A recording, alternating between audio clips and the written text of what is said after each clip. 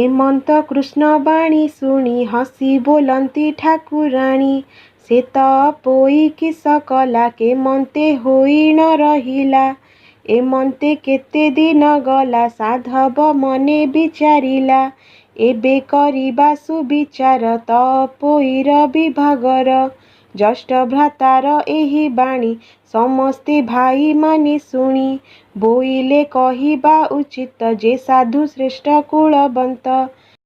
आईश्वर्यरे थिब रही विभा करिबा तो पोई कहती साधव नंदन एमंत गला केते दिन।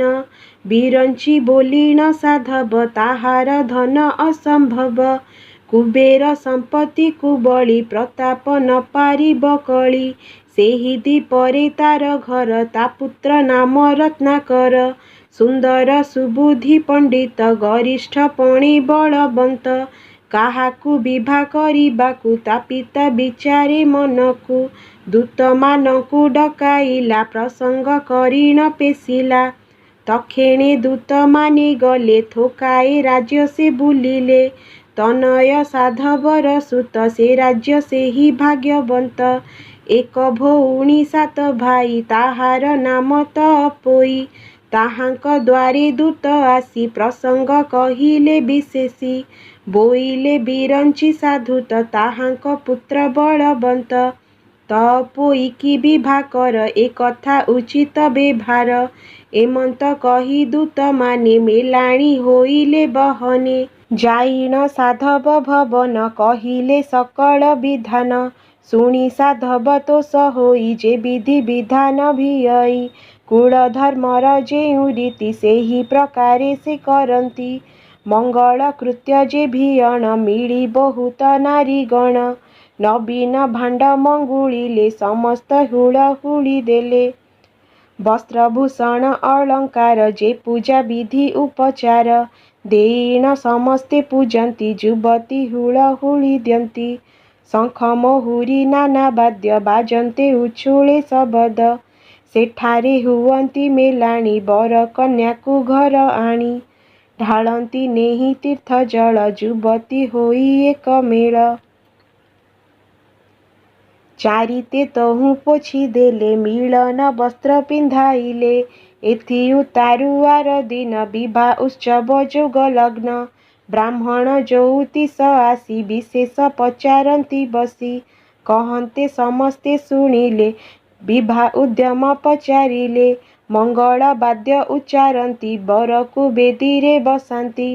ब्राह्मणे वेद वाक्य भाषी बोइले कन्याकू आणसी।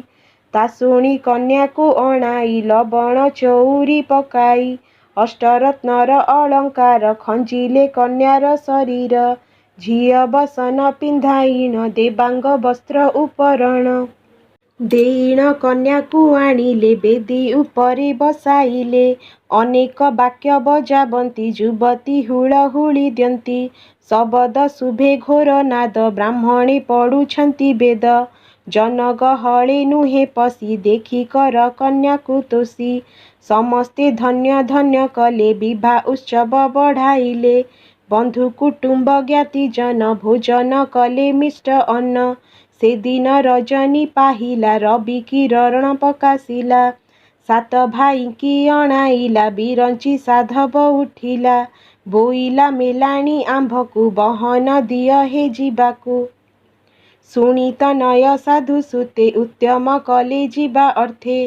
सज करिण गज दोली बसाई तो पोई बाड़ी। सुवर्ण चांद घरे थिला साधव बेगे अणाइला। उपरे टणाइला सेहि देखी आनंद तो पोई। चंद्र को बेढ़ी जेन्हे तारा अति सुंदर दिसे तोरा। देखिण नग्र नारी माने बोलंती धन्य तो जीवने। सात भाई रे तो पोई दंडे मूर्छांती केही नाही। भाउज देखी न पारिले एहार लागी दूर हेले। सान भाउज नणंदर दंडे हे नुहे अभ्यंतर। केमंते मुछब एहाकू आसीबा जाए ता घरकू। एमंत शुणी तो पोई बेनी नयनु लुह बोही। इति श्रीकृष्ण सत्यभामा उक्त तो पोई विवाह और स्वर्ग गमन चतुर्थ अध्याय।